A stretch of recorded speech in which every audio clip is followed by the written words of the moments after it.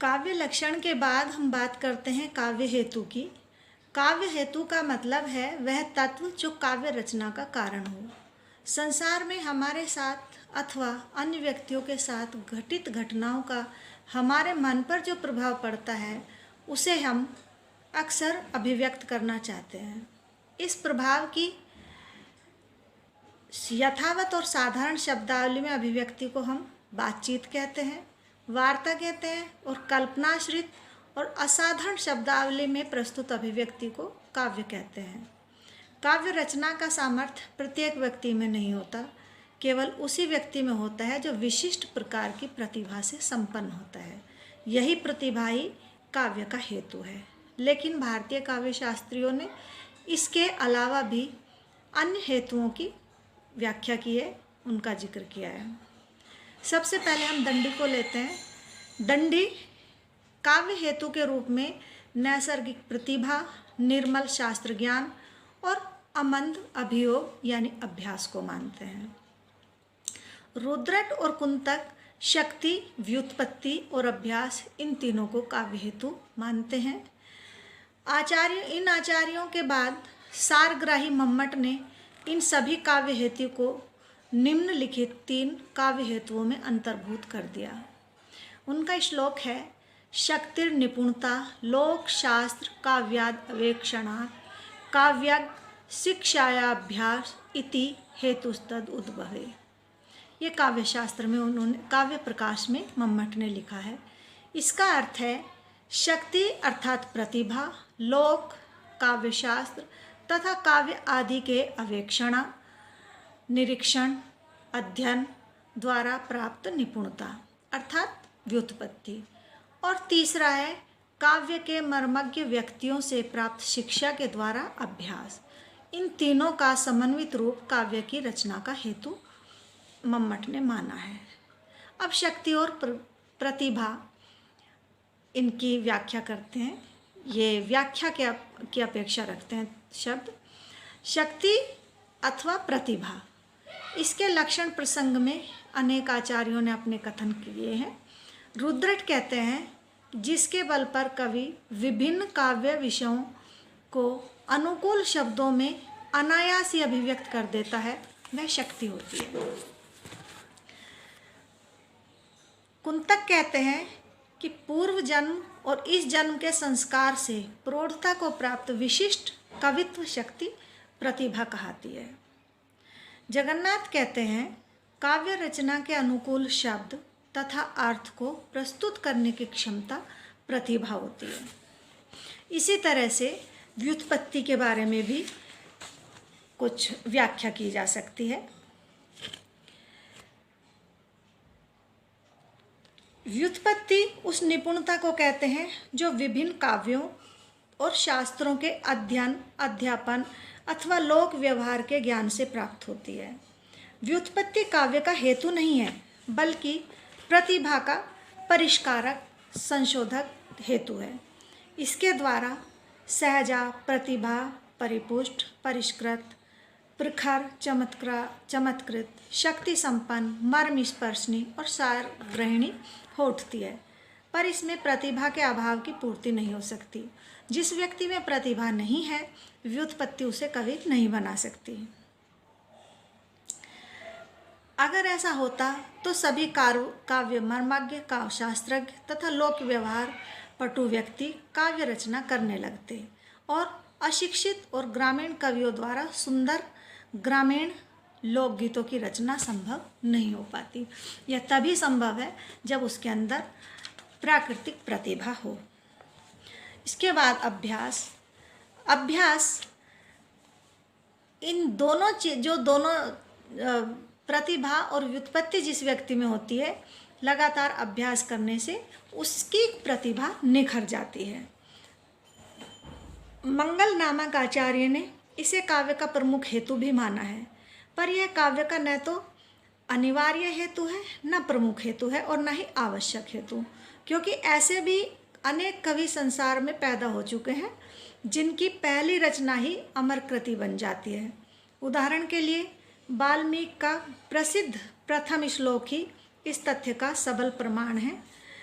अभ्यास द्वारा प्रतिभा में परिष्कार, सुधार, चमक जरूर आ जाती है। निष्कर्ष रूप में हम यह कह सकते हैं कि काव्य के मूल प्रेरक तत्व काव्य हेतु कहते हैं। काव्य का अनिवार्य तत्व एकमात्र हेतु प्रतिभा है। व्युत्पत्ति और अभ्यास प्रतिभा के परिष्कारक, पोषक और संवर्धक हेतु हैं। पाश्चात्य काव्यशास्त्र में भी काव्य हेतु बताए गए हैं। पाश्चात्य काव्यशास्त्र में जिन विद्वानों ने काव्य हेतुओं पर चर्चा की है, प्रकाश डाला है, उनमें हम सबसे पहले प्लेटो को ले सकते हैं। प्लेटो के अनुसार कवि विक्षिप्त प्राणी है और उसका काव्य विक्षिप्त क्षणों की वाणी है। प्लेटो का विक्षिप्त शब्द निस्संदेह निंदनीय अर्थ का द्योतक है। फिर भी इससे यह स्पष्ट है कि कवि के एक क्षण असामान्य ही होते हैं, जो कि उसकी काव्य निर्माण क्षमता, भारतीय शब्दावली में कहें तो प्रतिभा की ओर संकेत करती है। भारतीय दृष्टि से क्रमशः अभ्यास और व्युत्पत्ति के समकक्ष माने जा सकते हैं। अरस्तु के अनुसार कला की मूल प्रेरणा है अनुकरण की प्रकृति, जो मनुष्य को बाल्यावस्था से ही मिलती है। यह प्रवृत्ति उसे साहित्य रचना की ओर प्रेरित करती है, पर कला या साहित्य जीवन की विभिन्न घटनाओं का अनुकरण मात्र न होकर इसकी आनंदपूर्ण सर्जना है। इसका प्रमाण यह है कि जीवन में जिन पदार्थों के प्रत्यक्ष दर्शन से हमें क्लेश मिलता है, काव्य में उनकी यथावत प्रतिकृति या यथावत बिल्कुल सेम हूबहू अनुकरण भी आह्लादकारी यानी हमें खुशी देने वाला बन जाता है।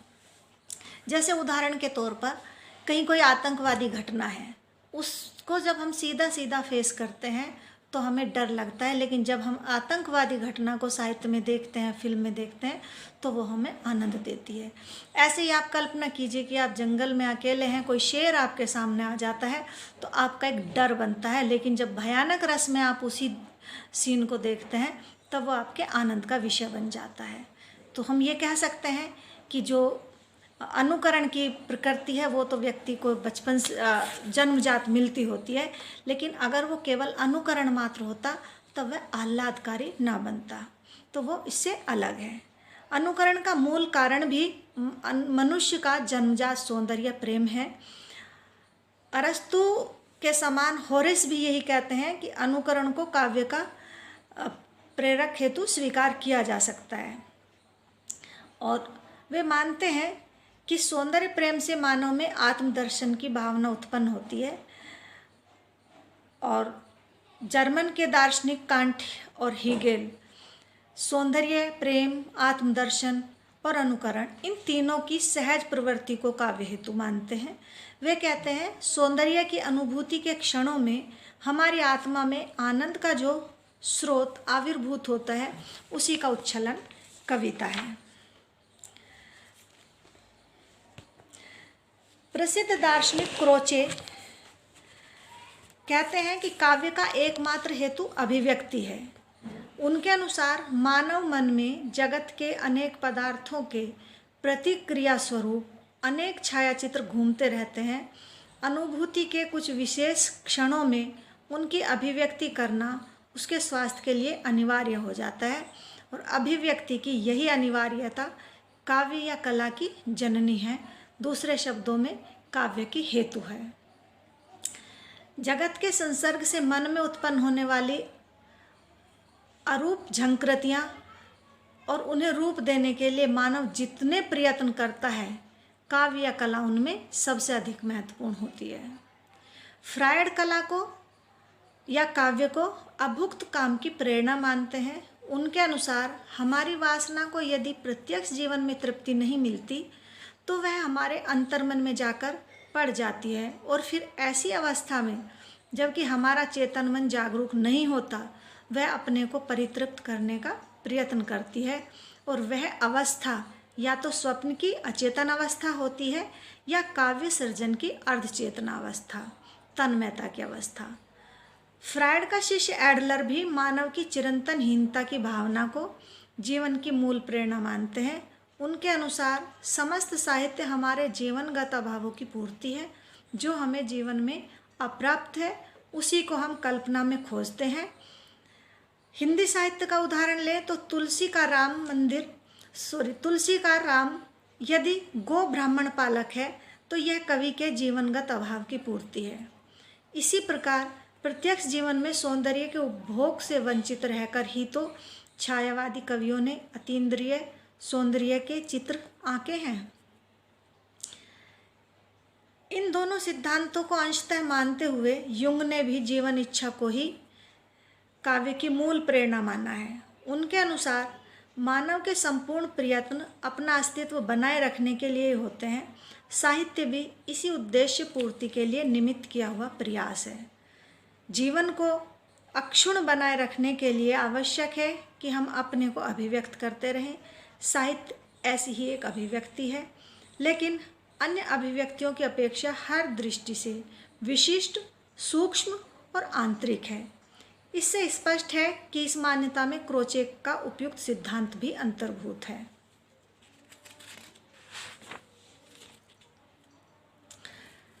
वस्तुतः इनमें से कोई भी अकेला सिद्धांत काव्य सर्जना का कारण या काव्य सर्जना का हेतु नहीं माना जा सकता। इनका समन्वित रूप ही हमें स्वीकार्य हो सकता है। इस संबंध में डॉक्टर नगेंद्र इस निष्कर्ष पर पहुंचते हैं कि काव्य के पीछे आत्म अभिव्यक्ति की प्रेरणा ही मुख्य होती है। यह प्रेरणा व्यक्ति के अंतरंग अर्थात उसके भीतर होने वाले आत्म, अनात्म और संघर्ष से उद्भूत होती है। हमारे आत्म का निर्माण जिन प्रवृत्तियों से होता है उनमें काम वृत्ति का प्राधान्य है। अतः हमारा आत्म अनात्म का संघर्ष मुख्यतः काममय है और ललित साहित्य चूँकि रचनात्मक होता है अतः उसकी प्रेरणा में काम वृत्ति की प्रमुखता असंदिग्ध है। इस तरह से हम देखते हैं कि पाश्चात्य दृष्टि से समग्रतः काव्य का मूल हेतु हमारे आत्म पर पड़े अनात्म के संघर्ष से अर्थात बाह्य जगत के प्रभाव से उद्भूत आत्म अभिव्यक्ति की प्रेरणा है।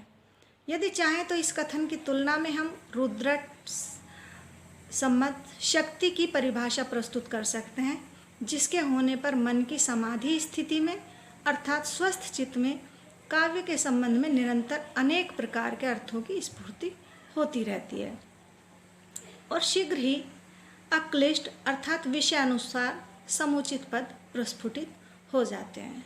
ये हुआ हमारा काव्य हेतु। इसके बाद हम शुरू करते हैं काव्य प्रयोजन, अगली इकाई, अगला खंड।